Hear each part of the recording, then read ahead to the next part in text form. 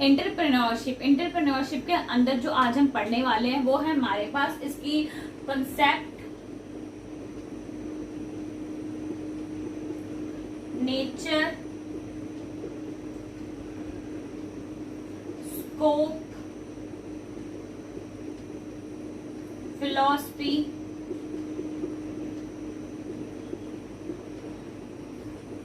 Importance,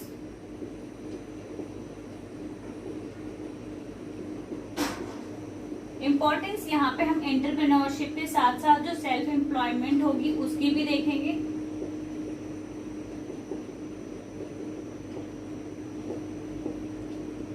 and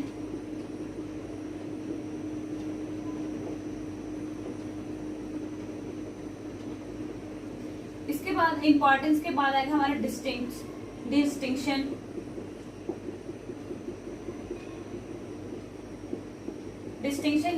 यहाँ पे same जो डिस्टिंक्शन देखेंगे वो अपने सेल्फ एम्प्लॉयमेंट और एंटरप्रेन्योरशिप में क्या हमारी होती है डिस्टिंक्शन, वो हम देखेंगे।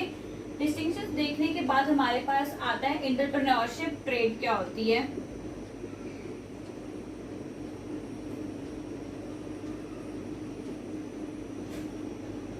ट्रेड्स क्या होती है। उसके बाद हम एंटरप्रेन्योरशिप ट्रेड का स्मॉल बिजनेस,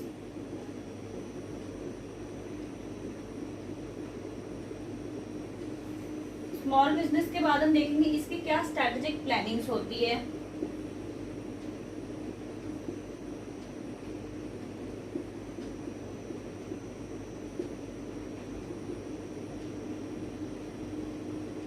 स्ट्रेटेजिक प्लानिंग होने के बाद हम देखेंगे प्लानिंग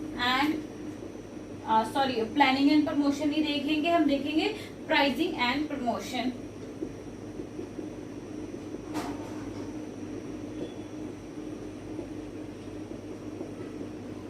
प्राइसिंग एंड प्रमोशन। इसके बाद हम एट लास्ट देखेंगे हमारा जो फ्रेंचाइजर होता है वो क्या होता है।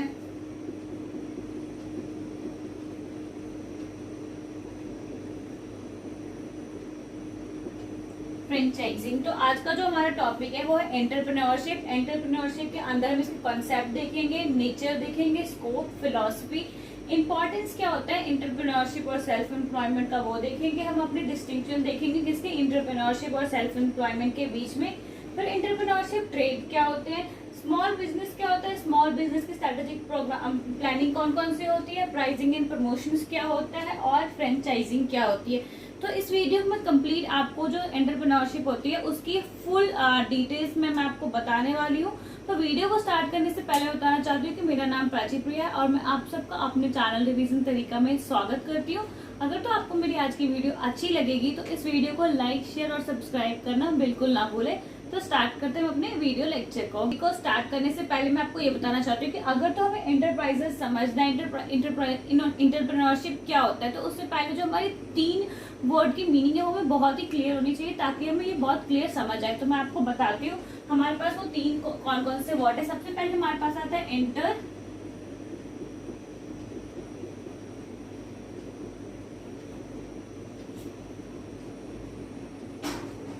एंटरप्रेन्योरशिप और दूसरा आता है हमारे पास एंटरप्रेन्योर।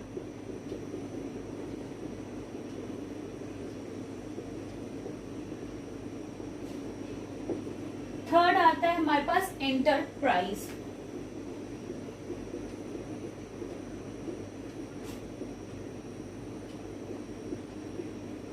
तो ये जो 3 वर्ड है इन तीनों वर्ड का मीनिंग हमें क्लियर होना चाहिए, तभी जाके जो हमें एंटरप्राइजेस है वो समझ आएगा वो होता क्या है। तो एंटरप्रेन्योरशिप क्या होता है, एंटरप्रेन्योरशिप कोई आदमी नहीं होता है, जो कोई भी आदमी है वो एंटरप्रेन्योर होता है। एंटरप्रेन्योरशिप क्या होता है, एंटरप्रेन्योरशिप एक प्रोसेस होती है। किसी भी प्रोसेस को हम एंटरप्रेन्योरशिप बोलते हैं। एंटरप्रेन्योर क्या होता है, एंटरप्रेन्योर क्या होता है, ये कोई एक आदमी हो सकता है, पीपल या तो ग्रुप ऑफ पीपल। तभी किसी भी इंसान को बोलते ये तो एंटरप्रेन्योर है। कभी भी ये नहीं बोलते कि ये इंसान तो ये एंटरप्रेन्योरशिप है। एंटरप्रेन्योरशिप किसी भी प्रोसेस को हम बोलते हैं। एंटरप्रेन्योर कोई एक आदमी हो सकता है या तो कोई बहुत सारा आदमी जिन्होंने मिलके उस काम को स्टार्ट किया होता है। उसके बाद आता है हमारे पास इंटरप्राइजेस। इंटरप्राइजेस क्या होता है, किसी भी प्रोसेस का जो हमारा आउटपुट होता है या तो जो हमारा आउटकम होता है किसी भी प्रोसेस का।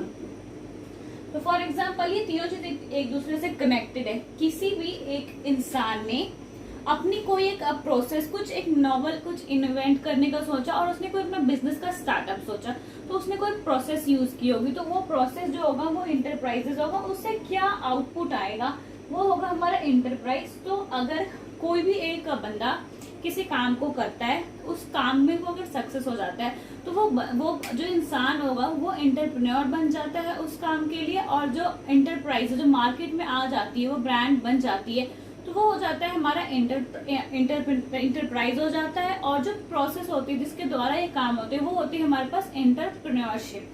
अब ये तो थे हमारे 3 वर्ड जो कि बहुत ही ज्यादा इंपॉर्टेंट है। अगर ये तो नहीं समझ आई तो जो एंटरप्रेन्योरशिप है वो मैं कह सकती हूँ कि वो नहीं समझ आएगी, बहुत ही कंफ्यूजन हो, क्योंकि आगे जितने भी मैं टॉपिक्स कंसेप्ट बताने वाली हूँ सब में 3 वर्ड यूज होंगे जिससे आपको बहुत मिक्स मैच हो सकता है। तो मैं एक बार फिर से रिपीट करती हूँ, एंटरप्रेन्योरशिप, एंटरप्रेन्योर और एंटरप्राइज, ये तीनों ही अलग अलग चीजें हैं। कोई भी एक इंसान या कोई जो ग्रुप ऑफ इंसान होते हैं वो अगर वो काम कर रहे होते हैं वो इंटरप्रेन्योर कहलाते हैं। अगर वो किसी प्रोसेस से कोई काम कर रहे होते हैं तो वो हमारा एंटरप्रेन्योरशिप कहलाता है, या तो वो जो प्रोसेस होता है। उसके बाद आता है हमारा एंटरप्राइज। एंटरप्राइज क्या होता है, उस प्रोसेस से जो भी हमारे पास आउटकम आया होता है वो होता है हमारा एंटरप्राइज। तो इसके बाद हम फर्दर मूव कर सकते हैं। अगर आपको ये क्लियर हो गया, अगर आपको क्लियर नहीं हो रहा तो आप थोड़ी सी वीडियो को बैक जाके दोबारा सुन सकते हैं ताकि ये चीज आपको बिल्कुल ही क्लियर हो जाए। तो इसके बाद हम स्टार्ट करते हैं अपना कंसेप्ट में क्या आएगा। मेनली हमारा एक ब्रीफ सा इंट्रोडक्शन आएगा और इसकी एक डेफिनेशन आएगी कि क्या होता है। कंसेप्ट आ गया। कंसेप्ट में सबसे पहले हम देखेंगे डेफिनेशन। तो डेफिनेशन को समझने से पहले हमें पता होना चाहिए कुछ वर्ड्स हमारे यहाँ पे क्या है, इनोवेशन, रिस्क टेकिंग,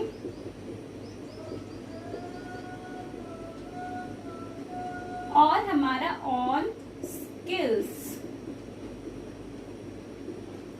तो ये जो कुछ हमारे पास टर्म है, ये जो इनोवेशन, रिस्क टेकिंग और ऑन स्किल्स, इसका मतलब होता है कभी भी हमें जो एंटरप्रेन्योरशिप बनना होता है, ये एंटरप्रेन्योर बनना होता है तो उसके लिए जो वो इंसान होता है उसमें क्या होना चाहिए, इनोवेशन, मतलब उसकी कुछ खुद की इनोवेशन होनी चाहिए, इनोवेटिव आइडियाज होने चाहिए, इनोवेटिव कुछ नया होना चाहिए।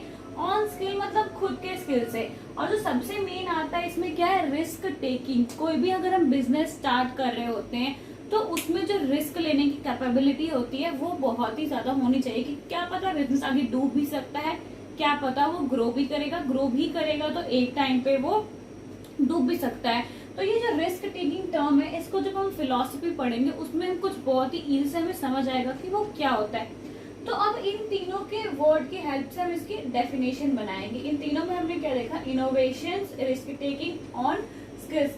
मतलब कोई भी इंसान अगर कैपेबल है कुछ इनोवेट करने का, रिस्क लेने का अपने ऑन स्किल से किसी भी बिजनेस को सेटअप करने के लिए, तो वो एक एंटरप्रेन्योरशिप को बना सकता है। तो एंटरप्रेन्योरशिप में हम ये कह सकते हैं समवन हु ऑर्गेनाइज, मैं यहाँ पर लिख देती हूँ, someone who organize, someone who organize a business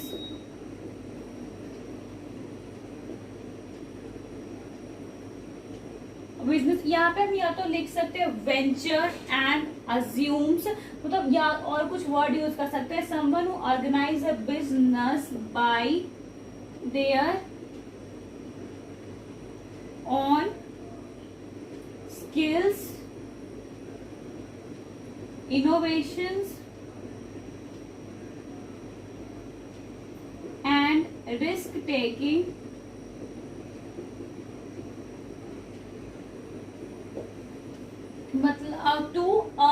profit.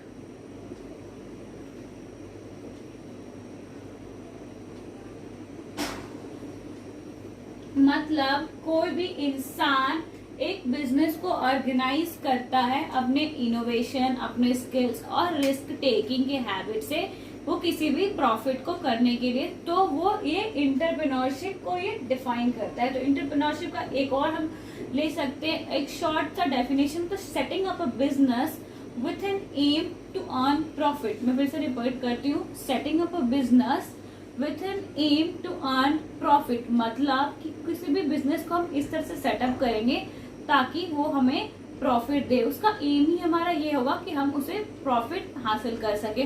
तो प्रॉफिट हासिल करने के लिए जो हमारे एंटरप्रेन्योरशिप में 3 क्वालिटी होनी चाहिए, वो इनोवेशन, रिस्क टेकिंग और ऑन स्किल्स होनी चाहिए। ये डेफिनेटली होनी ही चाहिए। तो ये आता है हमारा इसका डेफिनेशन, कंसेप्ट का हम ये कह सकते हैं फर्स्ट पार्ट डेफिनेशन। डेफिनेशन के बाद फर्दर मूव के लिए हमारे पास innovation, risk taking, on skills ये सब होनी चाहिए। पर उसके साथ साथ इन तीनों को चीजों को लेके ही हम कोई भी एंटरप्रेन्योर नहीं बन जाते हैं। ये एक सेटअप स्टार्टअप होता है हमारा। उसके बाद हमें कुछ चाहिए होता है कि जो कोई कंसेप्ट लगता है हमारा एंटरप्रेन्योरशिप के अंदर। तो क्या होता है, जैसे कि कोई भी हमारा यहाँ पे एंटरप्रेन्योर है,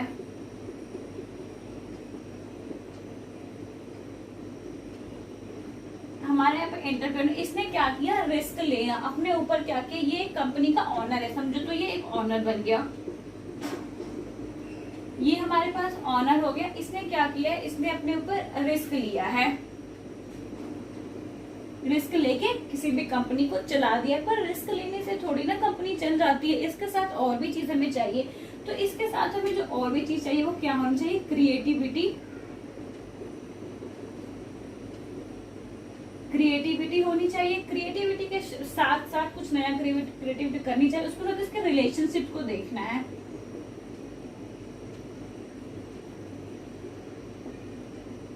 रिलेशनशिप इसमें जो बहुत बड़ा फैक्टर आता है, रिलेशनशिप किसके किसके साथ, जो इसके कस्टमर होंगे। कस्टमर के साथ जो रिलेशनशिप है वो बहुत ही बढ़िया, बहुत ही स्मूथ होना चाहिए, ताकि जो इनके प्रोडक्ट्स वगैरह, कोई कंपनी अगर इनके प्रोडक्ट्स वगैरह बनाती है तो वो कस्टमर उस प्रोडक्ट्स को बहुत ही इजीली, बहुत ही अच्छी तरह से ले। उसके बाद आते हैं सप्लायर्स। सप्लायर्स भी एक इम्पॉर्टेंट फैक्टर है। उसके बाद आता है हमारे पास इसका ओनर्स। ये सब जो होता है हमारा बहुत ही बड़ा फैक्टर होता है, ताकि जो भी हमारा ये ऑनर है वो इन सब का ध्यान रखे कि क्या पता उन ऑनर है, कंपनी स्टार्ट की, वो जाके झगड़ जाएंगे कस्टमर से, नहीं भाई हमारी ये प्रोडक्ट ही आपने खरीदी है। जो सप्लायर वो बोलेंगे नहीं मैं आज नहीं सप्लाई कर रहा हूँ, 2 दिन बाद सप्लाई करूँ। इससे क्या होगा, बिजनेस का वो पूरा ही खराब होगा। मतलब ऑनर जो होगा उसे एक डिग्निटी मेंटेन करके रखनी होगी कि नहीं आज का काम आज ही खत्म करना है, या जो भी उनका प्रोसेस होगा, सेटअप होगा, उस सेटअप के अकॉर्डिंग उन्हें वो काम करना होगा। तो ये कुछ 2 चीजें हैं। जिसके इसके अलावा एक आता है हमारे पास ऑर्गेनाइजेशन स्किल। थर्ड आती है हमारे पास ऑर्गेनाइजेशन स्किल।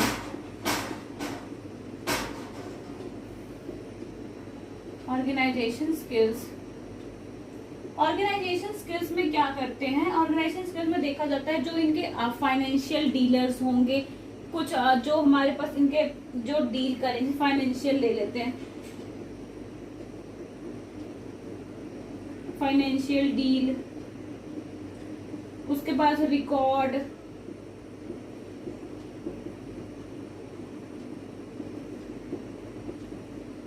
अब क्या होगा, ये सब तो कर लिया। अब हमें ऑर्गेनाइजेशन जो हमने कंपनी खड़ी की या कुछ एक सिस्टम बनाया, उसको अगर हमें खुद ही फॉलो करना नहीं आएगा तो हम क्या दूसरों से काम करवाएंगे। तो ऑर्गेनाइजेशन स्किल्स में बेसिकली यही करना है उनकी, मतलब फाइनेंशियल डील, जो डील वो कर रहे होंगे वो डील्स ठीक भी है या नहीं है, ये सब हमें पता होना चाहिए। उसके बाद कौन सी डील कब की, इसमें क्या नुकसान हुआ, इसमें क्या फायदा हुआ, उन सबका जो रिकॉर्ड होता है वो भी रखना होता है। तो इन कंसेप्ट में हम समझा कि एंटरप्रेन्योर बनने के लिए वो एक ऑनर बन जाता है। तो जब वो स्टार्ट करता है तो वो एंटरप्रेन्योर बनता है। उसके बाद वो एक रिस्क लेता है। रिस्क लेने के साथ साथ उसके पास क्रिएटिविटी होनी चाहिए, रिलेशनशिप कस्टमर और सप्लायर्स के साथ अच्छा होना चाहिए, और या तो और जितने भी अदर मेंबर्स होंगे उससे जुड़े हुए। उसके बाद आती है हमारे पास ऑर्गेनाइजेशंस का, जिसमें फाइनेंशियल डील और जो रिकॉर्ड कीपिंग वाली बात आएगी वो भी बिल्कुल ठीक होनी चाहिए। इन सब के साथ क्या होता है, इसके ऊपर एक और क्या आता है, जो इसका जो जितना टफ डिसीजन होता है, टफ डिसीजन, हार्ड वर्क, किसी भी चीज को सेटअप करने में, या तो कह सकते हैं सेटअप कंपनी।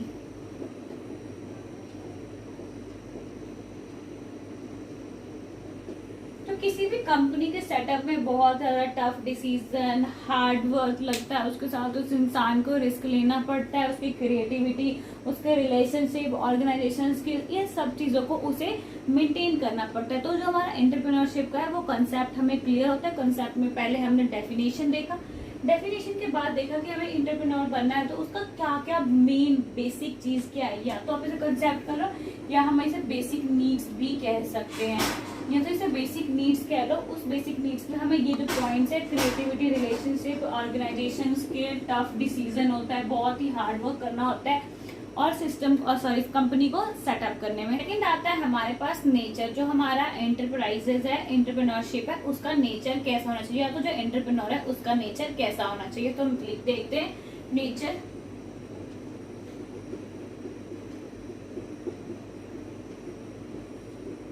तो नेचर कैसा होना चाहिए, क्रिएशन ऑफ एंटरप्राइज। मतलब सबसे पहला जो हमारा पॉइंट आएगा, मैं एक एक पॉइंट लिखते जा रही हूँ, उसके साथ साथ आपको समझाती हूँ।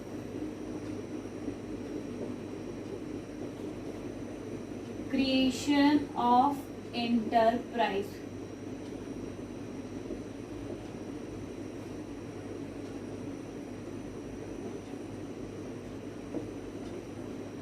क्रिएशन ऑफ एंटरप्राइज, इसका मतलब क्या होता है। एंटरप्राइज का मैंने मतलब आपको बता दिया, जो आउटकम है।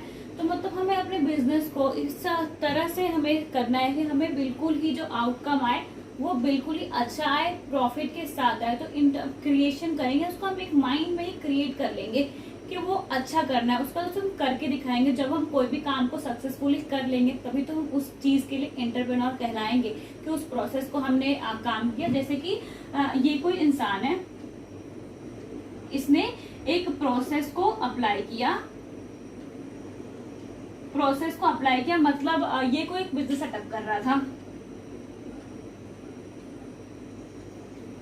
सेटअप कर रहा था, ये इसने इस प्रोसेस को यूज करके अपने बिजनेस से प्रॉफिट निकाल लिया या काम चल रहा है, वो काम कर रहा है। तो मतलब इस इंसान ने क्या किया, कोई एक प्रोसेस को यूज करके अपने बिजनेस सेटअप किया और उसे प्रॉफिट निकाल लिया। तो ये इंसान क्या बन गया, एंटरप्रेन्योर बन गया। ये इंसान क्या हो गया, एंटरप्रेन्योर। और जो ये आउटकम आया, ये क्या हो गया, एंटरप्राइज,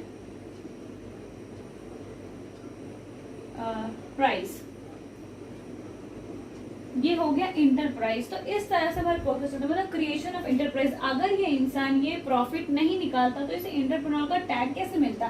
तो जो नेचर होता है, किसका नेचर यहाँ पे देख रहे हैं, एंटरप्रेन्योर, जो उसका नेचर कैसा होना चाहिए, उसका नेचर इस तरह का होना चाहिए कि वो एक अपना आउटकम को फाइंड आउट कर ले। तो सेकंड पॉइंट की तरफ मूव करते हैं। सेकंड पॉइंट आता है हमारा economic activity.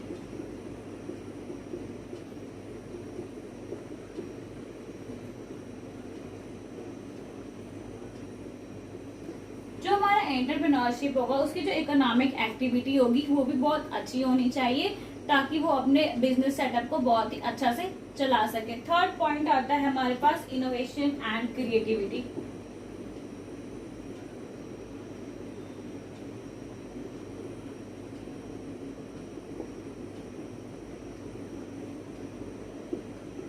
Innovation and creativity, जैसे कि मैंने आपको बताया, जो हमारा डेफिनेशन वाला पार्ट में था, इनोवेशन और क्रिएटिविटी होनी चाहिए, तभी जाके वो किसी भी नई चीज को संभाल पाएगा, कोई भी नया बिजनेस या सेटअप लगा पाएगा। फोर्थ पॉइंट आता है हमारे पास रिस्क बेयरिंग।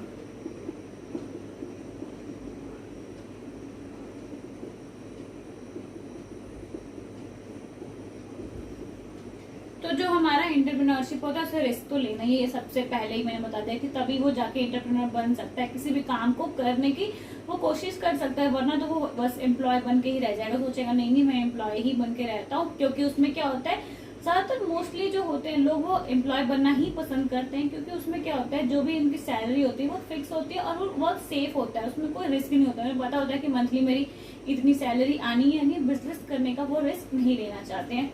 तो यहाँ पे होता है रिस्क बियरिंग। फिफ्थ आता है हमारे पास प्रॉफिट्स।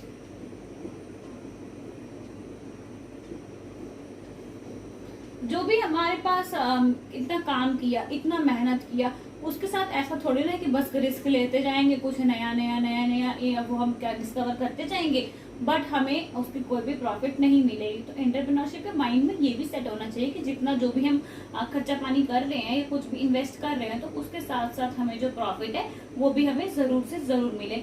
उसके बाद आता है हमारे पास गैप फिलिंग।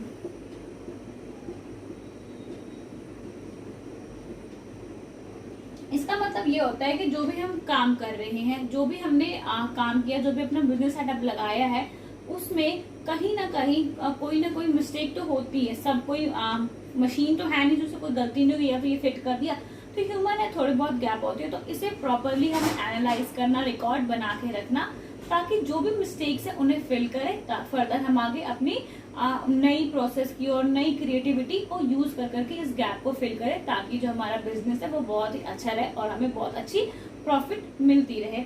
उसके बाद आता है लास्ट हमारे पास सेवेंथ, ऑर्गेनाइजेशन फंक्शन। ऑर्गेनाइज या तो कह सकते हैं ऑर्गेनाइजिंग फंक्शंस।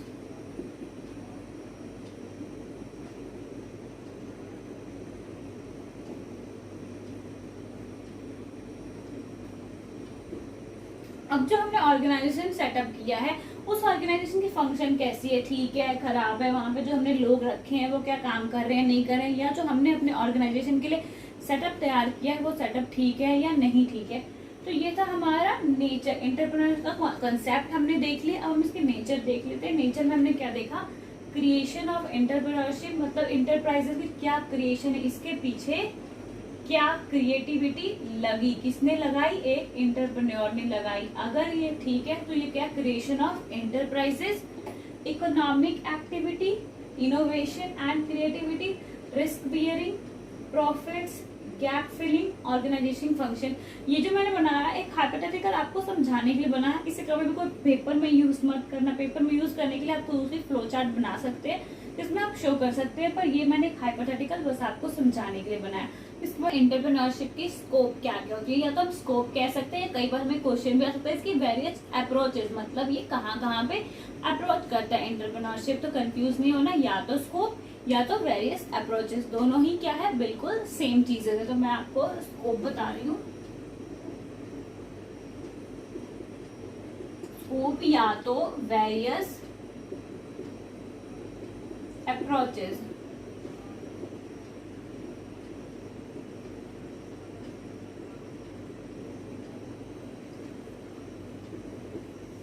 तो सबसे आता है हमारा जो एंटरप्रेन्योरशिप है वो कहाँ पे होता है। सबसे पहले इन लार्ज स्केल ऑर्गेनाइजेशन, सबसे पहले आता है एंटरप्रेन्योरशिप इन लार्ज ऑर्गेनाइजेशन।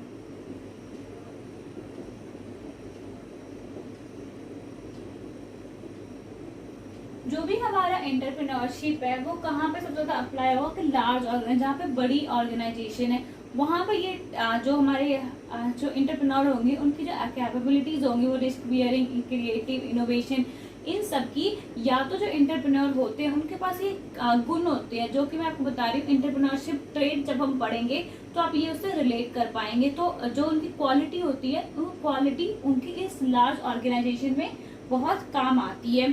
तो सेकंड हमारा जो पॉइंट आता है, ये जो इसके बाद जो हमारा सेकंड पॉइंट है हमारा सोशल एंटरप्रेन्योरशिप।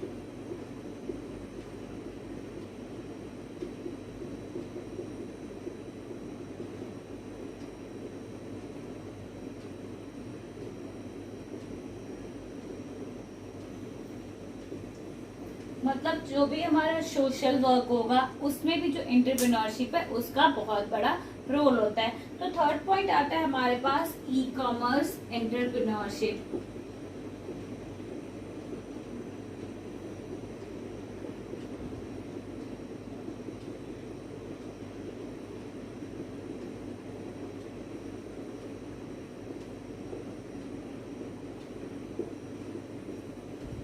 ई कॉमर्स, जैसे कि हमारे पास है ऑनलाइन के जितने भी हमारे वर्क्स होते हैं उसमें भी जो हमारा एंटरप्रेन्योरशिप है उसे हम यूज कर सकते हैं ताकि हम एक एंटरप्रेन्योर बन सके अच्छे खासे और उसे हम अपना प्रॉफिट ले सके। तो ये सब कुछ स्कोप है जहाँ पे हमारे इंटरप्राइजेज है या एंटरप्रेन्योरशिप है वो अप्लाइकेबल होती है। उसके बाद आता है स्मॉल बिजनेस में।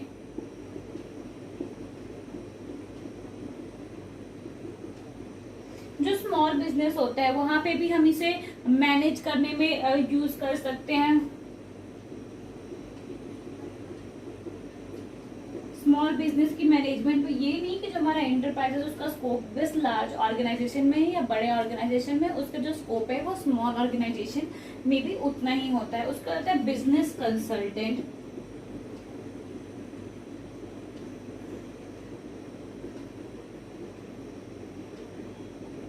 कई होता है ना, कई बार देखते हैं कि कंसल्ट करना चाहिए हमें, जैसे डॉक्टर से हमें कंसल्ट करते हैं अगर हमें कोई बीमारी होती है। तो अगर हमें कोई भी बिजनेस स्टार्ट करना है तो जो बिजनेस कंसल्टेंट के साथ जो तुम कंसल्ट करते होते हैं वो क्या होते हैं, वो बेसिकली एंटरप्रेन्योर होते हैं। तो जो एंटरप्रेन्योरशिप है उसके स्कोप ये भी है कि हम बिजनेस एंटरप्रेन्योर तैयार कर सकते हैं। इसके बाद मैं बताती हूँ कि अगर वेरियस में अप्रोच आए तो उस अप्रोच में हम क्या लिख सकते हैं। ये हम बेसिकली कंसेप्ट में ये 5 पॉइंट्स को हम एक्सप्लेन करेंगे। तो पहली स्कोप आती है वो हमारे पास है इकोनॉमिकल अप्रोच।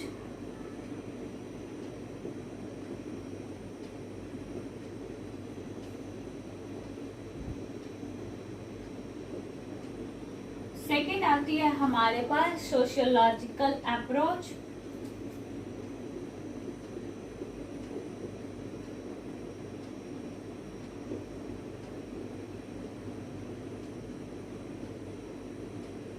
थर्ड आती है हमारे पास साइकोलॉजिकल अप्रोच।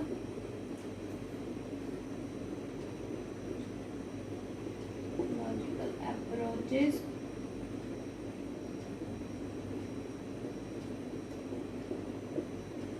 फोर्थ आता है हमारे पास मॉडर्न अप्रोच।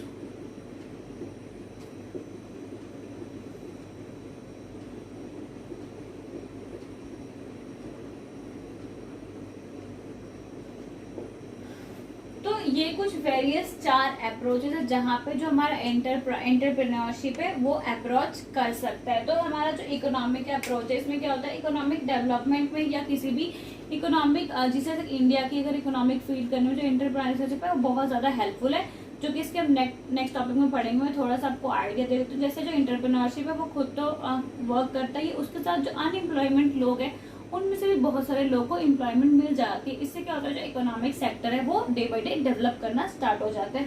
उसका होता है सोशियोलॉजिकल अप्रोच। सोशियोलॉजिकल अप्रोचेस में क्या होते हैं, जितने भी हमारे सोशल सिस्टम्स होते हैं, इकोनॉमिक सिस्टम्स होते हैं, वहाँ पे जो हमारे होते हैं ये इंटरप्राइजेस काम आते हैं। उसके बाद फिजियोलॉजिकल साइकोलॉजिकल अप्रोचेस, उसके बाद मॉडर्न अप्रोचेस। ये कुछ अप्रोचेस है जहाँ पे हमारा एंटरप्रेन्योरशिप है वो काम करता है। बस फिलोसफी में देख सकते हैं कि कौन कौन से फिलोसफी। पहले जो फिलोसफी है वो मैंने लिखा है डायमंड मिकाइल जो है उनकी तरफ से क्या फिलोसफी आई थी इंटरप्राइजेस के लिए। तो इन्होंने कहा था जो 3 चीज होती है वो हमारे इंटरप्राइजेस के लिए बहुत जरूरी होती है। तो कौन कौन सी 3 चीजें हैं, तो पहली जो चीजें होती है वो क्या होती है, रिस्पॉन्सिबिलिटी।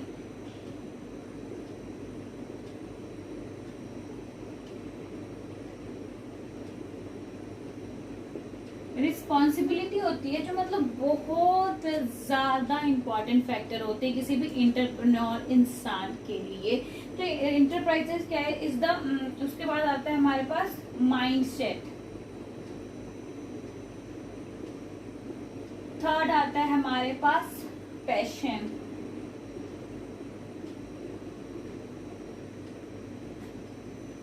ये 3 वर्ड कही गई थी, ये जो डायमंड मिकाइल थे उनके द्वारा। मेरी थोड़ी ये प्रोनाउंसिएशन गड़बड़ हो सकती है तो आप समझ लेना। तो इन्होंने क्या कहा था, ये जो 3 है, रिस्पॉन्सिबिलिटी, माइंडसेट और पैशन, मतलब कि किसी भी इंसान को अगर कोई काम करना है तो उसके प्रति उसे बहुत ही ज्यादा रिस्पॉन्सिबल होना चाहिए। ये नहीं कि भाई आज किया 2 दिन बाद चलो 2 दिन बाद ये वाला काम कर लेंगे, ऐसा नहीं करना होता है। उन्हें बहुत ही रिस्पॉन्सिबल होना पड़ता है उस काम के लिए। या तो कह सकते हैं रिस्पॉन्सिबल, इसे एक और फ्रेज में कह सकते हैं, रिस्पॉन्सिबिलिटी इज द ग्रेट की ऑफ सक्सेस, इसे ये भी हम बोल सकते हैं। और उसके बाद आता है हमारे पास माइंड सेट। हमें एक माइंड सेट करना होता है, या तो हम इसे प्लानिंग भी कह सकते हैं दूसरे वर्ड में। प्लानिंग, माइंड मैपिंग, ये 3 वर्ड हम माइंड सेट के यहाँ से ले सकते हैं कि प्लानिंग, माइंड मैपिंग। मतलब हमें क्या करना है वो हमें फुल प्रूफ प्लान बना के रखना होता है, तभी जाके हम उस काम को सक्सेस कर सकते हैं। पैशन, पैशन कह सकते हैं जोश, जुनून, कुछ कर जाने का, कुछ करने का। यहाँ पे हमारा पैशन, किसी भी काम को करने के लिए हमें एक पैशन होना चाहिए। नहीं कि पहले दिन तो बहुत एनर्जेटिक हो गया कि आज तो मैंने ये काम करना है, करते करते अगर कुछ उसका फायदा नहीं मिल रहा है, उतना कुछ नहीं मिल रहा है, तो हमें डी एनर्जेटिक नहीं होना है। हमें उसी पैशन, उसी जोश के साथ उस काम को करना है, ताकि वो एक ना एक दिन सक्सेसफुल हो जाए। तो पहली फिलॉसफी इनके द्वारा थी। सेकंड फिलॉसफी जो मैंने लिखा है वो मैंने लिखा है वेंकटेश कृष्णा मूर्ति। इन्होंने क्या कहा था, जो वेंकटेश कृष्णा मूर्ति थे,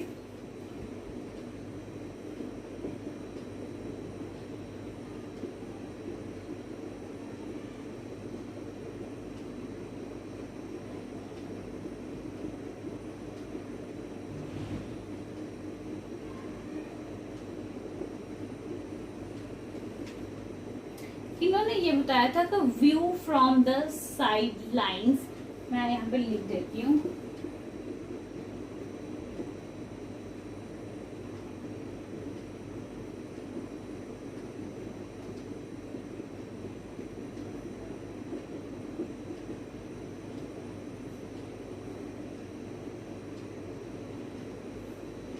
view from the side lines, इन्होंने, इनके द्वारा जो फिलॉसफी दी गई थी वो ये दी गई थी कि मतलब जो भी हमारा देखने का नजरिया होता है वो हमें हर तरफ से देखना चाहिए, हर तरफ से हमें उस चीज को परखना चाहिए। ये नहीं कि बस हमें देखा कि ये काम स्टार्ट किया तो इसका तो पॉजिटिव पॉजिटिव पॉजिटिव रिजल्ट है। हमें उस चीज का, उसका हर पहलू को समझना चाहिए कि अगर हमने ऐसा किया तो ऐसा हो सकता है, ऐसा नहीं भी हो सकता है। तो हर पहलू को, अगर हमें एंटरप्रेन्योरशिप बनना है तो हमें हर चीज को एवेल्यूएट करना होगा। एवेल्यूएट करने के साथ साथ उसका क्या एडवांटेज, क्या डिसएडवांटेज हो सकती है, वो हर चीज को हमें देखनी होगी और बारीकी से समझनी होगी। थर्ड फिलॉसफी जो आती है हमारे पास, वो आती है हमारे पास विजय आनंद के तरफ से।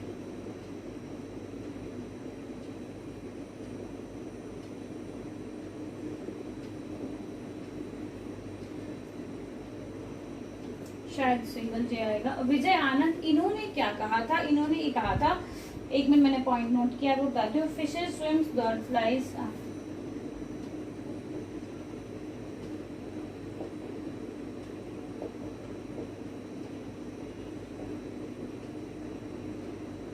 fishes swim, bird fly and startup.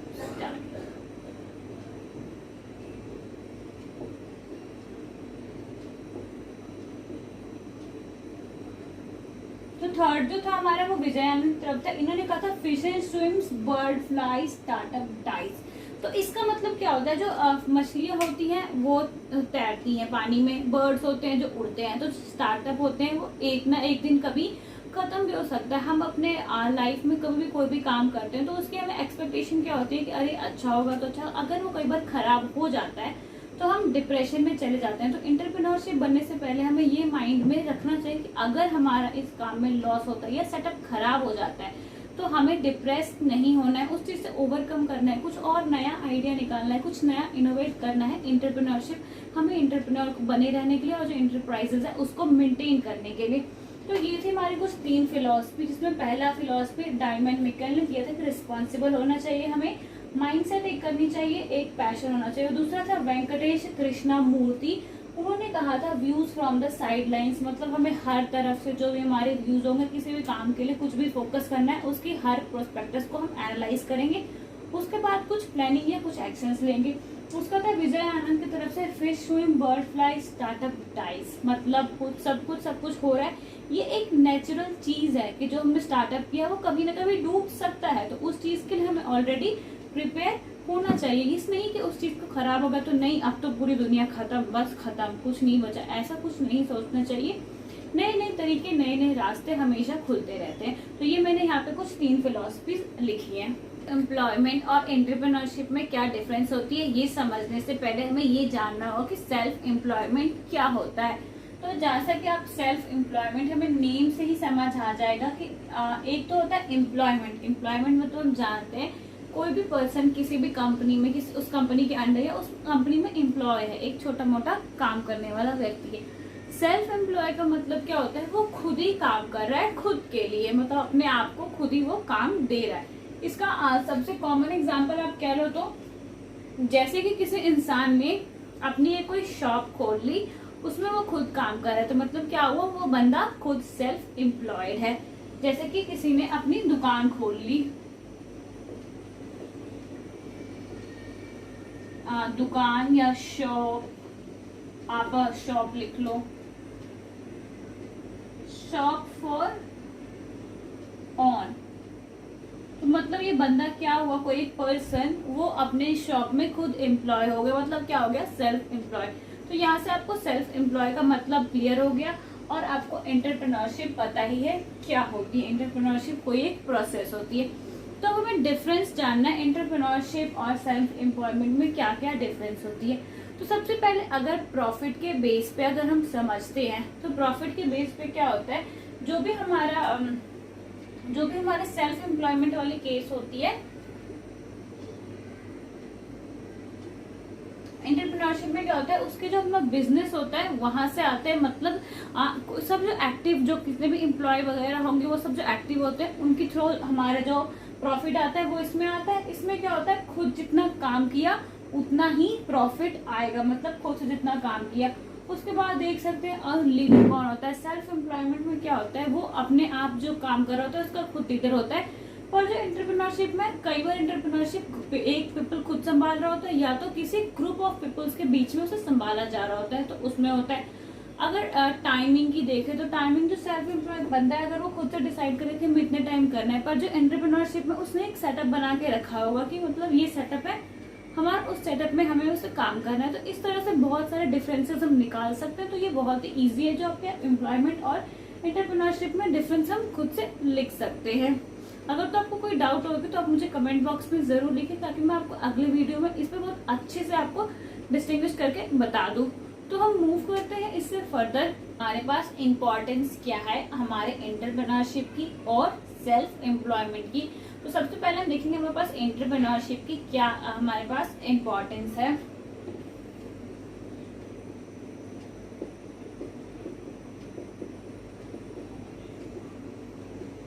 Importance of entrepreneurship.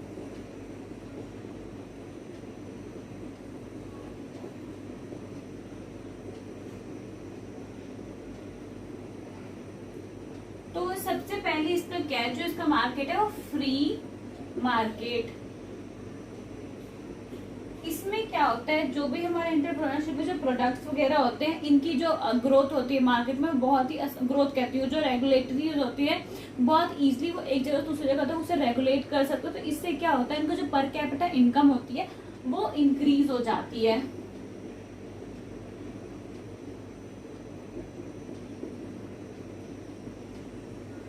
Per capita income जो होती है वो इंक्रीज होती है। दूसरी आती है एफिशिएंट इम्प्रूवमेंट।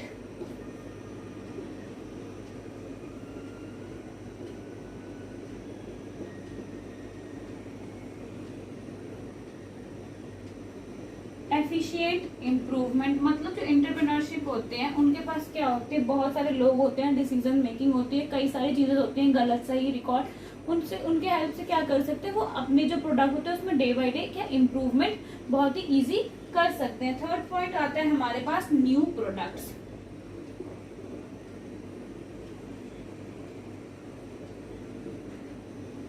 हम अपने न्यू प्रोडक्ट्स में जो होते हैं वहां पे हमारी जो एंटरप्रेन्योरशिप है उसकी इंपॉर्टेंस होती है। उसके बाद आता है हमारे पास न्यू वैल्यूज।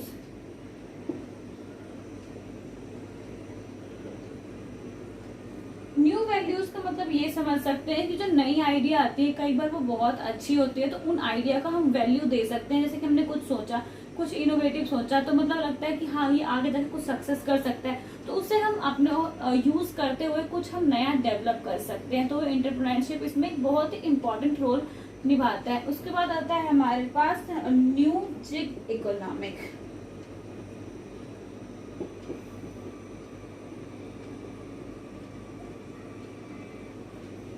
ये जो होती है हमारी नई जिग इकोनॉमिक्स वगैरह में, ये हमें बहुत ज्यादा हेल्पफुल करती है। जो हम कह सकते हैं फ्री मार्केट या एफिशिएंट, ये सब जो होते हैं, जो भी हमारे नए टेक्नोलॉजी टूल्स वगैरह आते हैं, अगर तो हमारा बिजनेस किसी भी कोई प्रोडक्ट का है तो उसे भी हम यूज कर सकते हैं अपने, उसमें भी अपने इंटरप्राइजेस को, एंटरप्रेन्योरशिप को हम यूज कर सकते हैं, ताकि उसकी जो सेल वगैरह है, उसकी मैन्युफैक्चर है, उसमें कुछ हम अपने बिजनेस को बढ़ाने में इंक्रीज कर सकते हैं। या तो किसी टेक्नोलॉजी फील्ड में है, फ्री मार्केट में से क्या होता है कि आप जो कंपनी क्या करती है वो सर्विस प्रोवाइड करती है अपने कस्टमर्स को, तो कई बार होते हैं कुछ ऐसे एप्स प्रोवाइड कर देती है कि उनसे बार बार कंपनी के पास दौड़ दौड़ के ना आना पड़े, उस ऐप की हेल्प से वो जो उनकी कुछ बेसिक क्वेरीज हो वो सॉल्व कर सके। तो फ्री मार्केट से क्या होंगे, पर कैपिटा इनकम जो हुई इंक्रीज हुई। इस तरह से क्या होता है, एम्प्लॉय को भी रख लिया उन्होंने अपनी कंपनी में, उन्हें एम्प्लॉय भी दे दिया, उससे भी प्रॉफिट आ रहा है, और जो कस्टमर की सेटिस्फेक्शन भी पूरी हो रही है, वो घर पे बैठे ऐप में से ही अपने सारे काम कर सकते हैं। तो फ्री मार्केट में बेसिकली ये होता है टेक्नोलॉजी की हेल्प से। इसके एंटरप्रेन्योरशिप की हमने देख ली क्या इंपॉर्टेंस होती है। अब हम देखेंगे सेल्फ एम्प्लॉयमेंट। सेल्फ एम्प्लॉयमेंट का जैसे मैंने आपको मतलब बताया कि हम अपने लिए ही अपनी कोई एक नौकरी बना लेते हैं, जैसे कोई दुकान खोल लिया या कोई छोटा मोटा कोई बिजनेस स्टार्ट कर दिया, कुछ छोटा मोटा स्टार्टअप जैसे बिजनेस, मैंने दुकान का एग्जांपल लिया, या कुछ और काम आप करना स्टार्ट कर सकते हो, जैसे कि कोई किसी ने ब्यूटी पार्लर कर लिया। ये सब होता है सेल्फ एम्प्लॉयमेंट। तो सेल्फ एम्प्लॉयमेंट में जो हमारे पहला इंपॉर्टेंस है वो सबसे बड़ा क्या होता है कि वो मतलब अपनी लाइफ को आप खुद कंट्रोल कर सकते हो।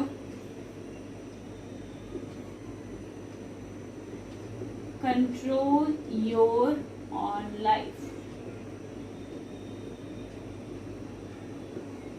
इसमें सबसे पहले तो अपनी लाइफ को हम खुद कंट्रोल कर सकते हैं। तो सेकंड जो हमारे पास आता है वो क्या होता है, हमारे पास जो हम अपना आवर्स होता है काम करने का वो हम खुद चूज कर सकते हैं। तो working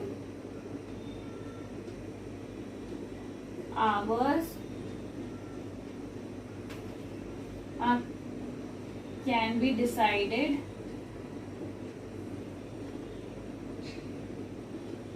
bye on.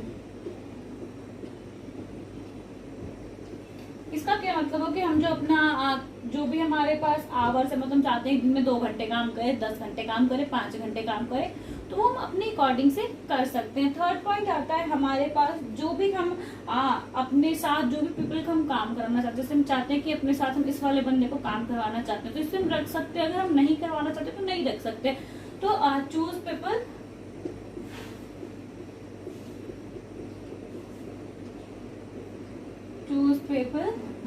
by on desire।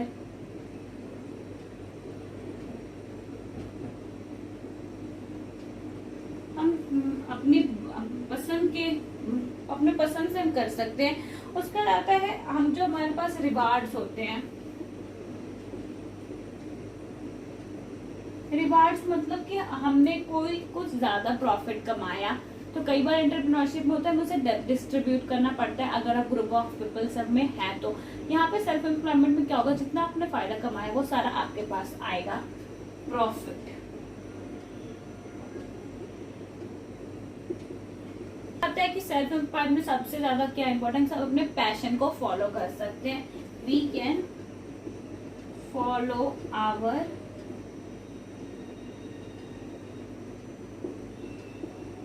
Passion. Six हम क्या कर सकते हैं, अगर हम चाहे तो हम दूसरों की हेल्प कर सकते हैं। हेल्प किस तरह से करते हैं, या तो उन्हें काम पे रख सकते हैं, या कुछ हम अगर चाहे तो डोनेट कर सकते हैं अपने रिवार्ड से, या नहीं कर सकते हैं। Help others. तो ये सब क्या होता है, अगर इसके साथ हम एक और पॉइंट ऐड करना चाहे तो क्या कर सकते हैं, हमारा खुद का स्टैंड होता है।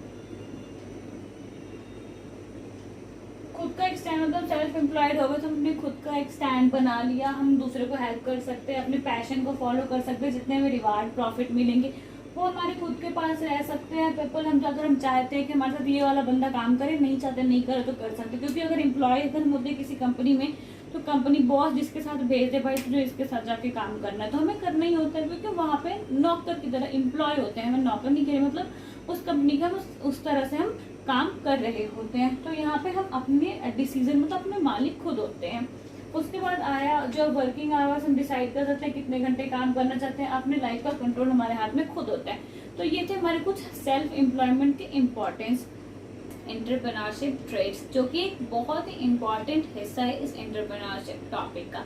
एंटरप्रेन्योरशिप ट्रेड्स का मतलब क्या होता है, ये तो जैसे बायोलॉजी के स्टूडेंट को बहुत ही इजी पता होता है। ट्रेड्स जो होते हैं मतलब कैरेक्टरिस्टिक्स जो पेरेंट्स से ऑफस्प्रिंग में मेनली ट्रांसफर होते हैं, तो हम उस टाइम इस कुछ कैरेक्टर्स को हम ट्रेड्स कहते हैं। पर अगर यहाँ पे कॉमर्स या दूसरे फील्ड्स एमबीए ये सब के फील्ड्स के स्टूडेंट है तो उन्हें ये पता होगा ट्रेड्स नहीं, तो ट्रेड्स होता है कुछ कैरेक्टर्स, कुछ गुण जो कि एंटरप्रेन्योरशिप में होने ही चाहिए। तो वो कौन कौन से गुण जो एक एंटरप्रेन्योरशिप में होने चाहिए वो हम देखते हैं। तो एंटरप्रेन्योरशिप ट्रेड्स का यही मतलब है। एंटरप्रेन्योरशिप का मतलब आपको पता ही क्या होता है, कोई भी एक इंसान जिसमें रिस्क टेकिंग, इनोवेटिव और ऑन स्किल्स वाली आइडिया है, और वो उसमें इसके अलावा कौन कौन से ट्रेड्स होने चाहिए तो हम देखते हैं।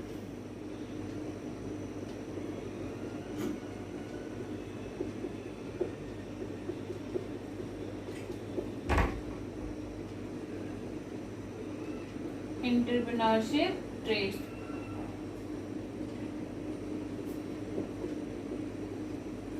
अगर आप चाहे तो इसे साथ के साथ नोट डाउन भी कर सकते हैं।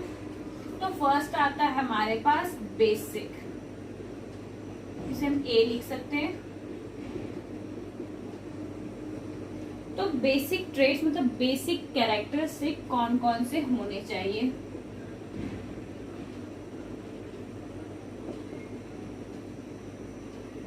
कैरेक्टर्स कौन कौन से होने, तो सबसे पहला जो होता है उसके पास क्या होना चाहिए, क्लैरिटी। क्लैरिटी ऑफ विजन,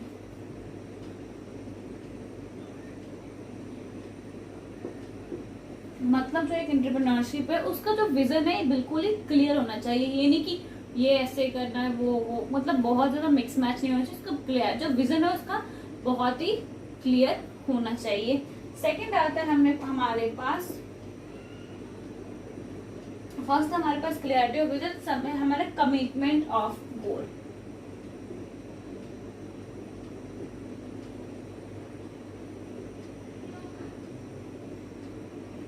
किसी भी गोल के लिए जो उसने कमिटमेंट की है वो पूरा करेंगे, मतलब हमने ये काम डिसाइड किया तो हम इसे जरूर से जरूर पूरा करेंगे। कमिटमेंट जैसे हम डे टू डे लाइफ में भी करते हैं कि हमने ये कमिटमेंट की, मतलब ये वही बात होगी डू, एक्शन और डू करने में, क्या एक्शन लेते हैं या सोचते हैं, प्लान और डू ये सब उसी में आ जाते हैं। मतलब जो भी हमने कमिटमेंट किया उसे हम पूरा करेंगे। थर्ड आते हैं हमारे पास अनसर्टेनिटी, अनसर्टेनिटी हैंडलिंग।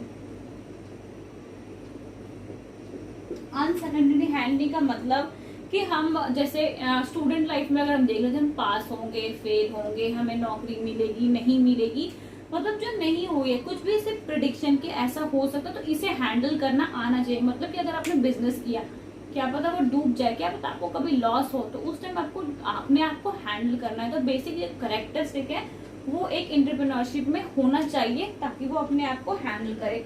इसमें फोर्थ आता है हमारा लीडरशिप।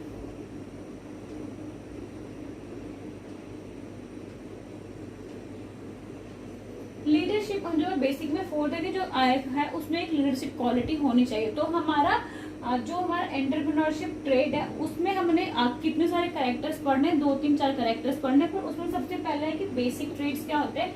बेसिक ट्रेड्स के अंदर क्या क्या होना चाहिए, जो बेसिक मतलब वो होनी ही चाहिए, वो एक 4 चीजें हैं, clarity of vision, commitment of goal, और उसके बाद अनसर्टेनिटी हैंडलिंग और लीडरशिप। उसके बाद आता है हमारे पास सेकंड, ये हमारा बेसिक हो गया। बेसिक के बाद हम देखेंगे इसे थोड़ा एडवांस में उसमें क्या क्या होना चाहिए। तो ये आपको बेसिक क्लियर था। सेकंड है हमारे पास स्पेसिफिक ट्रेड, मतलब ये होना चाहिए। ये बी पॉइंट, ये भी हम एंटरप्रेन्योरशिप ट्रेड्स के अंदर ही पढ़ रहे हैं। सॉरी, स्पेसिफिक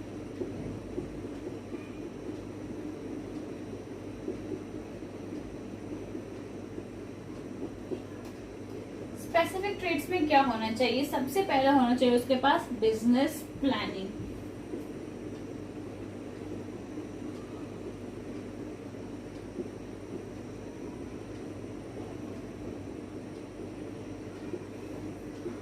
जो भी एंटरप्रेन्योरशिप होगा उसके जो बिजनेस है उसकी प्लानिंग होनी चाहिए, उसके पास फुल प्रूफ प्लानिंग होनी चाहिए। या तो हमें कोई भी काम करने के लिए हमें एक प्लानिंग करनी चाहिए, जो कि बहुत ही इंपॉर्टेंट होता है किसी भी काम को सक्सेसफुल बनाने में। सेकंड आता है हमारे पास डिसीजन मेकिंग।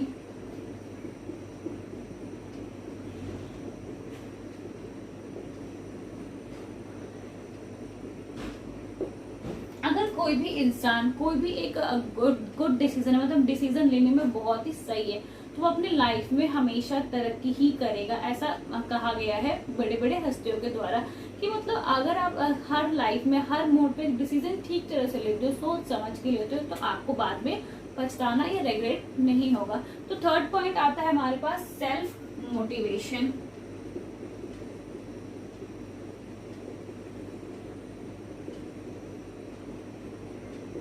सेल्फ मोटिवेशन का क्या मतलब हुआ? सेल्फ मोटिवेशन का मतलब कि हमें जो एंटरप्रेन्योर होंगे उनको दूसरे से मोटिवेशन नहीं लेना है, उन्हें अपने आप को खुद सेल्फ मोटिवेट रखना है, कभी भी डीमोटिवेट नहीं होना है। तो फोर्थ पॉइंट आता है हमारे पास क्रिएटिविटी।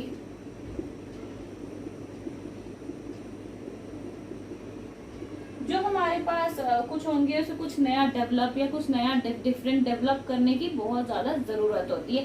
तो ये थे कुछ स्पेसिफिक ट्रेड्स एंटरप्रेन्योरशिप के अंदर। अब थर्ड आता है हमारे पास जो इसकी जो भी हमारी पर्सनालिटी होती है वो कैसी होगी। तो ये था हमारा सेकंड।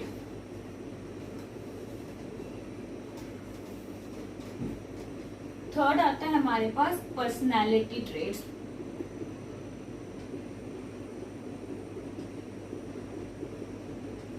पर्सनालिटी जो हमारा एंटरप्रेन्योरशिप है उसकी कैसी होनी चाहिए? पहला जो है उसका जो और उनके जो सेल्फ बिलीव होना चाहिए।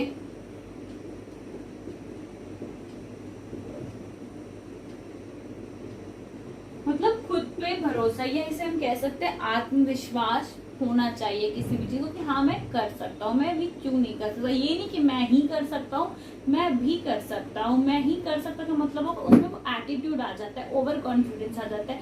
मैं भी कर सकता हूँ मतलब एक कॉन्फिडेंस है, जरूरी है अगर सब कोई कर सकते हैं तो मैं भी इस काम को कर सकता हूँ। तो इसके बाद आता है हमारे पास फिजिकल हेल्थ।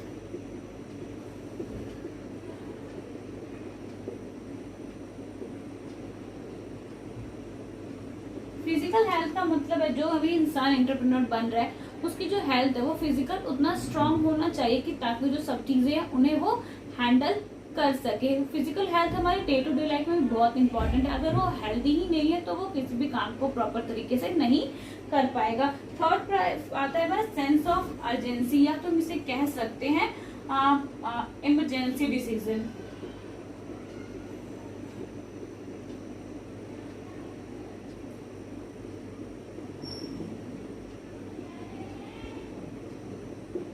इसका मतलब ये हुआ कि हमें अपने काम को किस काम को प्रायोरिटी देनी है।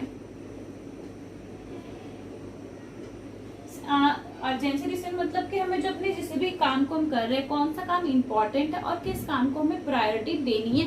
प्रायोरिटी या तो इम्पोर्टेंट कौन सा काम है, ये चीज हमें ध्यान में रखिए। तो ये आता है पर्सनैलिटी ट्रेड्स में, ये सब हमारा एंटरप्रेन्योरशिप ट्रेड्स के अंदर आ रहा है। तो फोर्थ पॉइंट आता है हमारा एनर्जेटिक।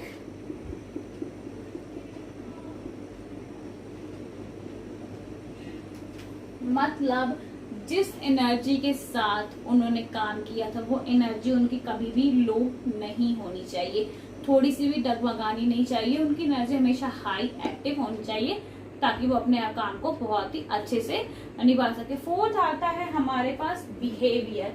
अब हमने कौन कौन से 3 पॉइंट देख लिए। पहला हमने देख लिया बेसिक क्या होता है, दूसरा हमने स्पेसिफिक देख लिया, थर्ड जो हमने देखा वो हमने पर्सनैलिटी देखा, और जब हम फोर्थ देखेंगे वो हम देखेंगे कि जो हमारा एक एंटरप्रेन्योरशिप होती है उसकी बिहेवियर कैसी होनी।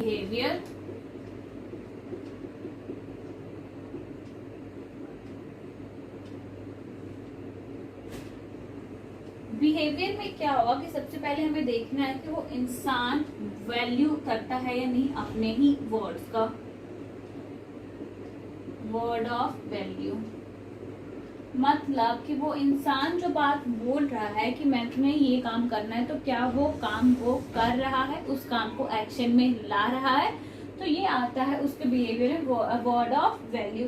सेकंड आता है पेशेंस, उस इंसान में कितना पेशेंस है नहीं है, क्योंकि बिजनेस में कभी भी घाटा हो सकता है, कभी भी कोई ऐसा डिसीजन लिया होगा जिससे बहुत रिग्रेट हो सकता है कि हमने ऐसा डिसीजन क्यों लिया। ये उन सब से कई बार होता है कि सब चीज को पेशेंस से करना होता है, तो कई बार हड़बड़ाहट में बहुत गलत डिसीजन ले लेते हैं। तो इसलिए कहा जाता है कि जो एक एंटरप्रेन्योरशिप होता है उसमें एक कैरेक्टर होना चाहिए कि उसमें बहुत ज्यादा पेशेंस हो ताकि वो काम कर सके। ये बस एंटरप्रेन्योर के लिए ही नहीं, हम जो ह्यूमन नॉर्मल लाइफ में भी हमें पेशेंस बहुत ज्यादा काम करता है अपनी लाइफ को सक्सेस अचीव करने में। तो थर्ड पॉइंट आता है हमारा इंटरपर्सनल रिलेशनशिप।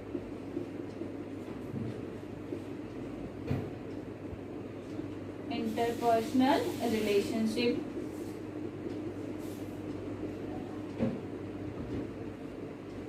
इसका मतलब ये हुआ जो भी हमारे इसके फाइनेंशियल होंगे, कंसल्टेंट होंगे, जो भी बाकी सारे एम्प्लॉय, उन सबसे इनको जो डील होगी वो बहुत ही स्मूथली, बहुत ही कंसिस्टेंटली चलनी चाहिए। तो ये होता है इंटरपर्सनल स्किल। इसका फोर्थ आता है डायनामिज्म भी कह सकते हैं। डायनामिज्म, इसमें क्या होता है जो बिहेवियर जो इसका चेक होता है वो बहुत ही ऊपर वाले लेवल पे चेक किया जाता है, कि मतलब चेक नहीं किया था, मतलब उसमें वो होना चाहिए ताकि वो जब उसको कोई बड़ा डिसीजन या कुछ लेना हो तो बहुत ही इजीली, बहुत ही अच्छे से ले सके। इसमें क्या आता है बेसिकली एटीट्यूड आता है, उस बंदे का एटीट्यूड, उसको किस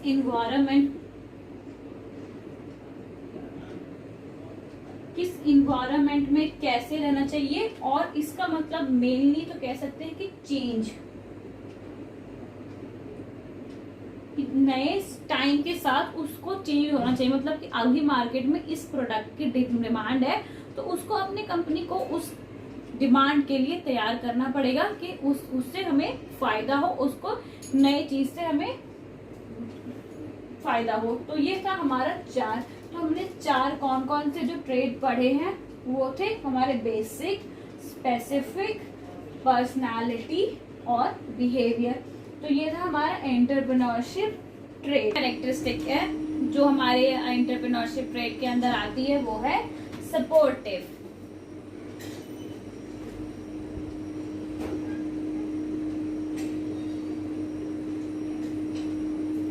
सपोर्टिव भी एक बहुत ही इम्पोर्टेंट हमारा कैरेक्टरिस्टिक होता है एंटरप्रेन्योरशिप बनने का। तो सपोर्टिव में क्या क्या आता है, तो फर्स्ट जो हमारा आता है गुड लिसनर।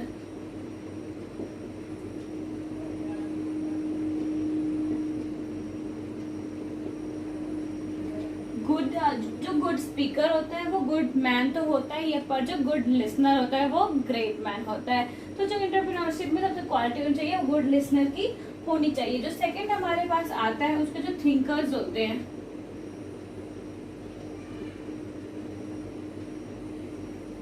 थिंकर्स में मतलब क्या होता है सोशियो, और जो हमारा आता है और कैसा वो सोच सकता है और कैसा वो काम कर सकता है। सपोर्टिव मतलब किस तरह से अपने सपोर्ट को इकट्ठा कर सकता है, कि कैसा वो काम डेवलप करेगा जिससे कि जो उसके एम्प्लॉय हो वो उसे सपोर्ट करे और उसकी जो कंपनी है वो ग्रो करे। तो थर्ड आता है हम थिंकर्स कह सकते हैं। थिंकर्स जैसा कि हमारे पास कई पैरामीटर्स आते हैं जहाँ पे हमें सोचना पड़ता है कि हमें क्या करना चाहिए। तो कई ऐसे पॉइंट होते हैं जहाँ पे हमें सपोर्ट अपनी टीम लीडर की हेल्प लेनी चाहिए। तभी यहाँ पे इसका सपोर्टिव में गुड लिसनर्स भी होने चाहिए कि वो सुने, पहले सुने तो सही सब बोल क्या रहे, उसके बाद एक थिंक करे उस पर, और थिंक करने के बाद वो क्या करे अपने सपोर्ट को जनरेट करे।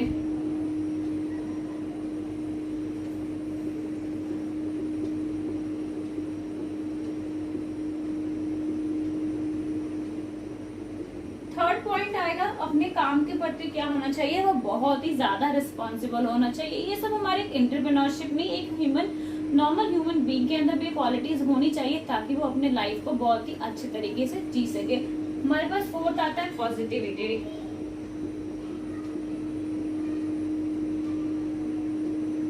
पॉजिटिविटी मतलब नॉर्मल ह्यूमन बीइंग, ये सब में होना चाहिए। तो ये थे कुछ हमारे 5 कैरेक्टर, 5 ट्रेड्स जो कि हमारे पास आते हैं एंटरप्रेन्योरशिप ट्रेड के अंदर। कौन कौन से थे? सबसे पहला हमारा बेसिक, सेकंड सपोर्टिव, थर्ड हमारा पर्सनालिटी, फोर्थ हमारा बिहेवियर, और जो हमारा फिफ्थ आता है वो क्या है? हमारा सपोर्टिव। सॉरी, सेकंड जो था वो स्पेसिफिक था, मैंने 2 बार सपोर्टिव बोल दिया। तो इसके बाद आता है हमारा स्मॉल बिजनेस। स्मॉल बिजनेस में क्या होता है? तो बिजनेस भी क्या है? एक एंटरप्रेन्योरशिप का ही हिस्सा है।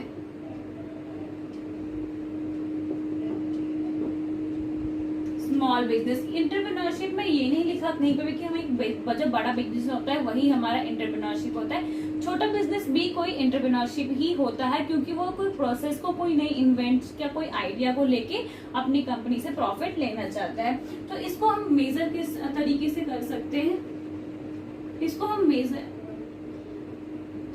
मेजर कर सकते हैं साइज के अकॉर्डिंग। मतलब कोई भी कंपनी क्या है? बड़ी है, छोटी है, इस तरह से हम जो अपनी कंपनी को मेजर कर सकते हैं। और उसके बाद आता है जो छोटी कंपनी होती है, उसमें क्या होता है? किसी भी पर्सन की एम्प्लॉयमेंट की जरूरत होती है, पर्सन की एम्प्लॉयमेंट चाहिए होती है। पर्सन की एम्प्लॉयमेंट के बाद क्या होता है? जो इन्वेस्टमेंट होती है हमारे ऑनर की तरफ से, वो भी कुछ ज्यादा, मतलब जो हम ऑनर है, हम एंटरप्रेन्योर बनना चाह रहे हैं तो हमें इन्वेस्ट भी करना पड़ेगा। उसके बाद क्या होता है? पावर भी बहुत ज्यादा कंज्यूम्ड होती है, मतलब हमें अपना बहुत एनर्जी, बहुत टाइम, सब कुछ लगाना होता है ताकि जो हम बहुत ही इजीली अपना जो कंपनी का सेटअप हमने स्मॉल स्केल से लगाया है वो एक दिन लार्ज स्केल पे जरूर हो जाए। तो इंडिया में क्या होता है? ये बेसिकली जो स्मॉल बिजनेस होते हैं कहाँ कहाँ पे? हमारे प्लांट, इन्वेस्टिगेशन और जो हमारे मशीनरी इक्विपमेंट्स होते हैं उन सब पे जो पहले हम स्मॉल बिजनेस को स्टार्ट करते हैं। और उसको स्मॉल बिजनेस को स्टार्ट करने का कोई एक स्ट्रैटेजिक जो हमारी प्लानिंग होती है वो कौन कौन सी होती है? क्या प्लान करके हमें अपने स्मॉल बिजनेस को स्टार्ट करना चाहिए?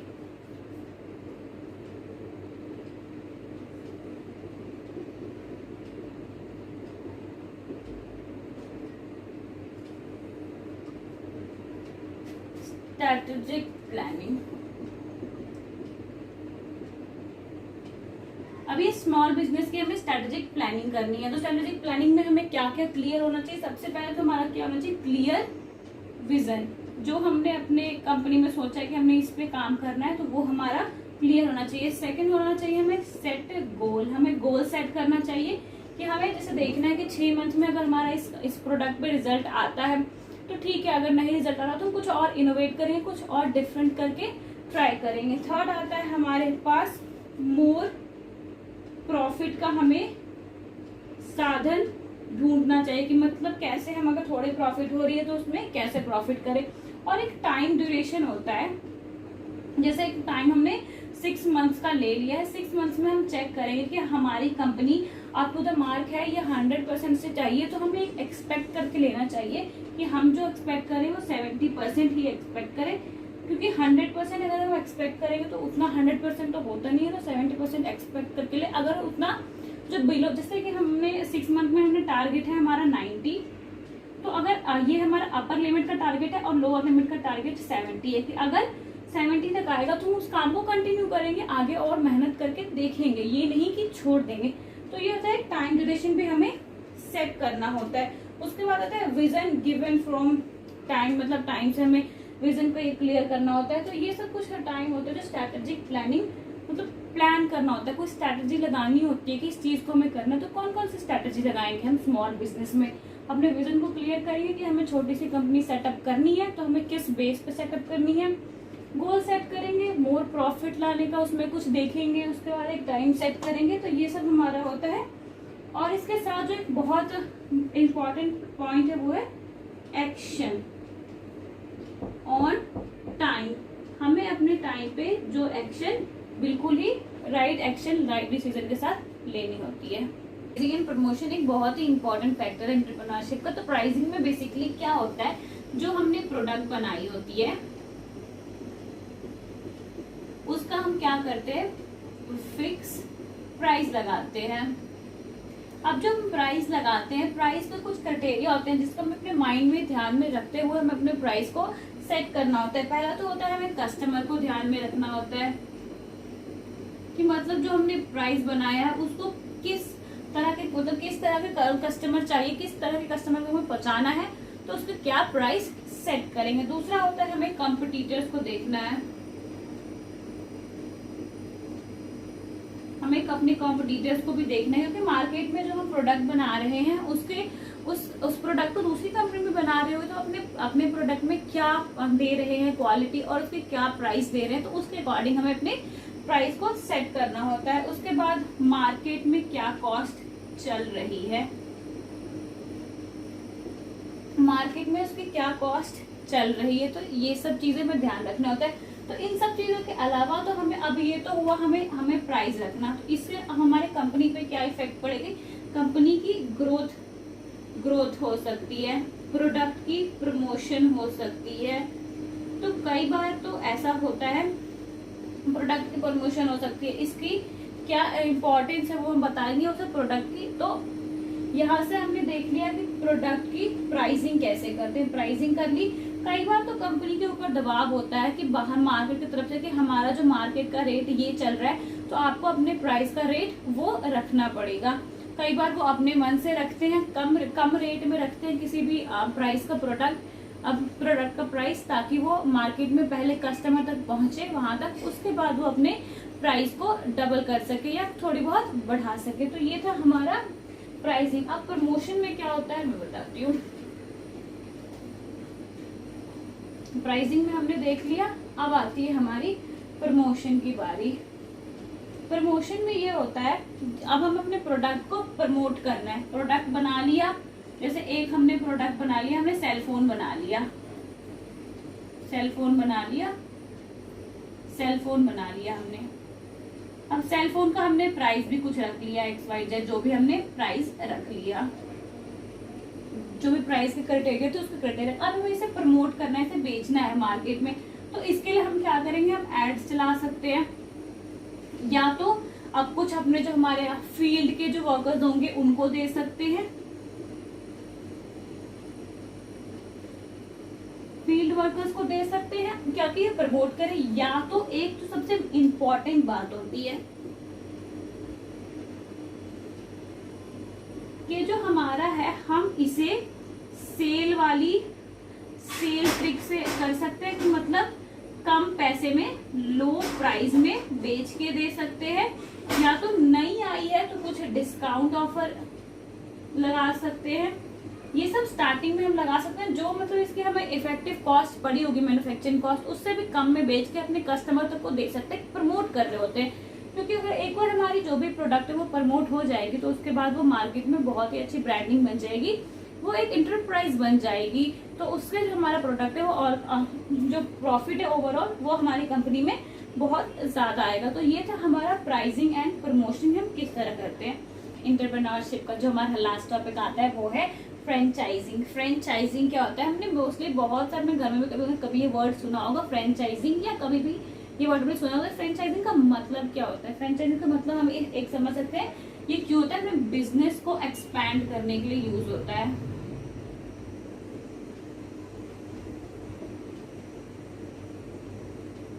हम इसे अपने बिजनेस को एक्सपैंड करने के लिए यूज करते हैं। बिजनेस को एक्सपैंड करने का मतलब क्या है कि जब हम कोई भी स्मॉल बिजनेस सेटअप कर रहे होते हैं तो उस टाइम हमें बहुत ज्यादा, जैसे मैंने बताया स्मॉल बिजनेस में पैसा लगाना होता है, अपना लेबर लगाना होता है, बहुत ज्यादा हार्ड वर्क करना पड़ता है। तो उसका एक अल्टरनेट मेथड है जिसमें जो हमारा एंटरप्रेन्योर होता है उसको भी और जो स्मॉल बिजनेसमैन होता है उसको भी मैं आपको एग्जाम्पल के तौर पर समझाती हूँ। जैसे कि ये हमारे पास स्टार्टर है, ये कोई एक पर्सन ए है, वो एक काम कर रहा है, और ये जो पर्सन बी है ये एक एंटरप्रेन्योर है। ये एक एंटरप्रेन्योर मतलब जो इसका बिजनेस है वो ऑलरेडी डेवलप्ड है, इसके पास अपना लोगो है, ट्रेडमार्क है, ट्रेडमार्क कह सकते हैं, मतलब लोगो है ट्रेडमार्क एक ही बात है, ट्रेडमार्क के अंदर लोगो आता है। तो पर्सन ए है, पर्सन बी है। इसने पर्सन ए ने क्या सोचा कि मुझे अपना कोई एक बिजनेस स्टार्ट करना है, तो बिजनेस स्टार्ट करने के बाद इसको बहुत ज्यादा टाइम लगेगा। इसको क्या लगेगा? टाइम लगेगा, मनी लगेगी, और जो अपनी चीज को जो भी को पब्लिश करना है, ब्रांडिंग में बहुत ज्यादा प्रॉब्लम भी आ सकती है, कुछ भी आ सकता है। तो अब ये बंदा क्या करेगा? इसने अपना सब कुछ सेटअप तो लगाएगा, लेकिन ये इस पर्सन बी से इसका ट्रेडमार्क का लाइसेंस ले लेगा। क्या करेगा ये पर्सन? अपने बिजनेस को स्टार्ट करने के लिए पर्सन बी जो कि एक एंटरप्रेन्योर है, उसका ट्रेडमार्क का यूज करेगा और अपनी कंपनी में, जैसे इसका ट्रेडमार्क है, कुछ भी ले लो, हम यहाँ से उसका स्टार मार्क ले लेते हैं, ये इसका लोगो ले लेते हैं, तो अपने कंपनी में ये लोगो का अगर यूज करेगा तो इसको लाइसेंस तो मिल गया और उसका कंपनी अपने आप चलने लगी। क्योंकि हमें पता है कि अगर कोई भी चीज एक बार फेमस हो जाती है, पब्लिश हो जाती है, वो कस्टमर के पास हमेशा रहती ही रहती है।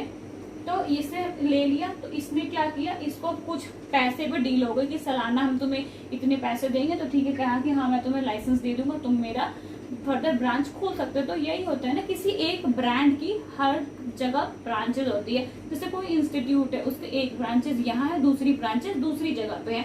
तो क्या होती है, इस तरह से फ्रेंचाइजीज होती है, वो जो उसका ऑनर है उससे उसने फ्रेंचाइजीज ले ली होती है। तो फ्रेंचाइजीज लेने के बाद क्या होता है, इसने अपना बिजनेस स्टार्ट किया। तो इसमें क्या, यहाँ पे इसको टाइम नहीं लगा, मनी तो अपना लगा, इसे अपनी ब्रांडिंग कुछ नहीं करनी पड़ी। उसका धीरे धीरे ऐसे करते करते क्या हो जाता है, ये जो पर्सन है इसे भी नॉलेज हो जाएगी, नॉलेज हो जाने के बाद क्या होगा, ये एक अपना अगर कभी बाद में कुछ चाहे तो ये खोल सकता है या बना सकता है। तो इसमें क्या होता है, जो ये अब ये फ्रेंचाइजी तो हमें समझ आ गया क्या होता है, जो हमें ये बंदा क्या बने, ये फ्रेंचाइजर बन जाएगा।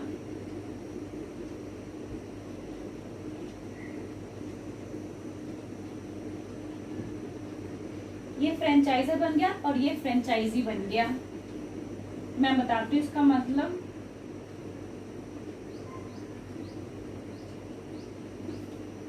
अब ये जो डील हुई, ये एक एंटरप्रेन्योर था, उसने अपना कुछ पैसे लेके अपना एक लाइसेंस दे दिया, जिससे किसी छोटे बंदे ने अपने कंपनी का स्टार्टअप स्टार्ट किया। तो जो एक एंटरप्रेन्योर होता है ये क्या बन गया, ये फ्रेंचाइजी बन गया। ये इसका वर्ड को हम कहते हैं फ्रेंचाइजी, और ये जिसने लिया वो फ्रेंचाइजर बन गया। और ये प्रोसेस क्या है, फ्रेंचाइजिंग। ये तीनों टर्म में डिफरेंट नहीं होना, franchising, franchisee, franchiser. Franchising, franchisee और फ्रेंचाइजर। फ्रेंचाइजर मतलब जिसने लिया, ये कौन है, लेने वाला है। ये कौन है, ये देने वाला है। फ्रेंचाइजी देने वाला है, फ्रेंचाइजिंग एक प्रोसेस है।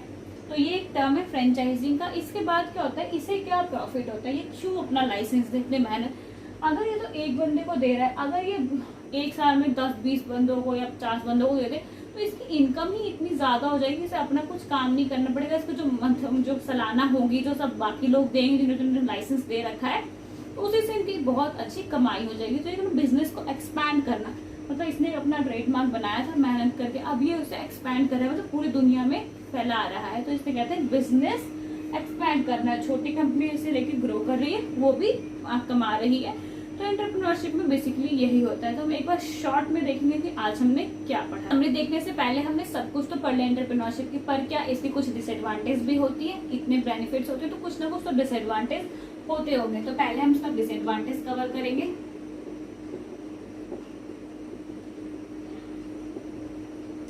सबसे बड़ा डिसएडवांटेज क्या होगा, कई जो दो लोग मिलके स्टार्ट करते हैं, तो क्या पता आगे जाके कहीं पे उनकी जो दो लोगों की थिंकिंग है वो मैच नहीं करे, तो मतलब dispute between the partner,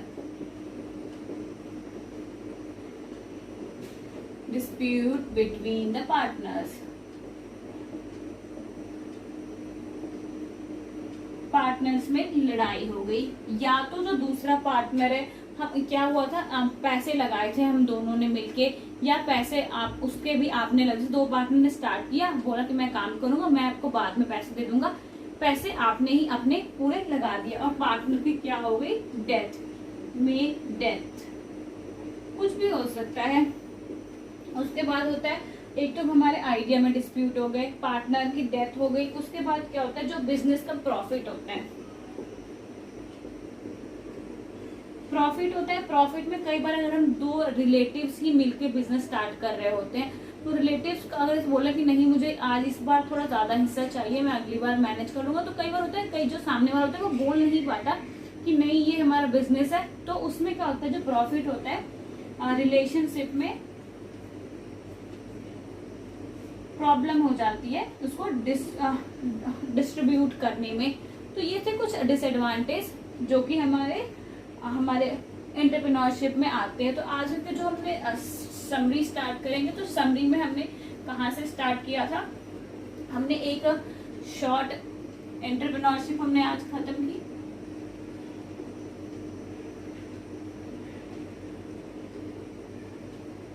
entrepreneurship की अब हम समरी स्टार्ट कर रहे हैं। तो समरी में सबसे पहले हमने क्या देखा था, सबसे पहला पॉइंट कंसेप्ट देखा था।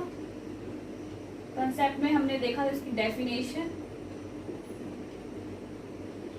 उसके बाद हमने इसकी नेचर देखी थी, नेचर के पॉइंट्स आपको रिमेम्बर होंगे। उसके बाद हमने इसकी स्कोप देखी, फिलॉसफी देखी,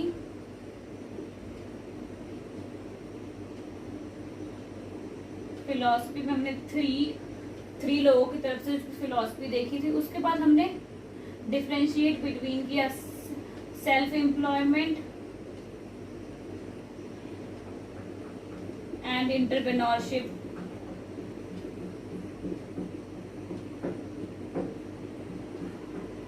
एंटरप्रेन्योरशिप में देखा। उसके बाद हमने क्या देखा कि हमारा जो स्मॉल बिजनेस होता है वो कैसे होता है।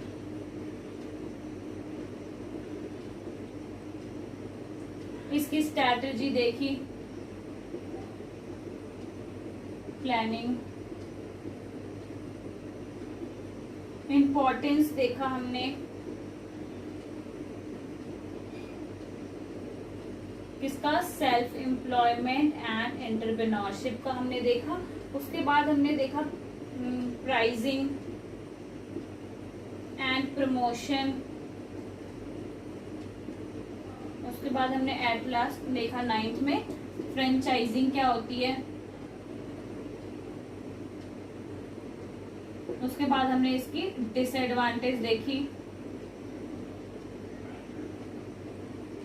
फिर एट लास्ट हमने समराइज कर लिया। तो आज के एंटरप्रेन्योरशिप का लेक्चर हमारा पूरा कंप्लीट होता है। अगर तो आपको जो कि मैंने बीच में डिफरेंस वाला पार्ट छोड़ा था, अगर उसमें आपको कोई प्रॉब्लम आती है तो मुझे कमेंट करें, मैं आपको दूसरी वीडियो लेक्चर में आपको शॉर्ट में जरूर बताऊंगी। अगर तो आपको मेरी वीडियो अच्छी लगी तो मैंने आपको बताया था इसे लाइक शेयर सब्सक्राइब करना बिल्कुल ना भूले, बिल्कुल भी ना भूले। तो तब तक मिलते हैं अगले वीडियो में, तब तक टाटा बाय, थैंक यू।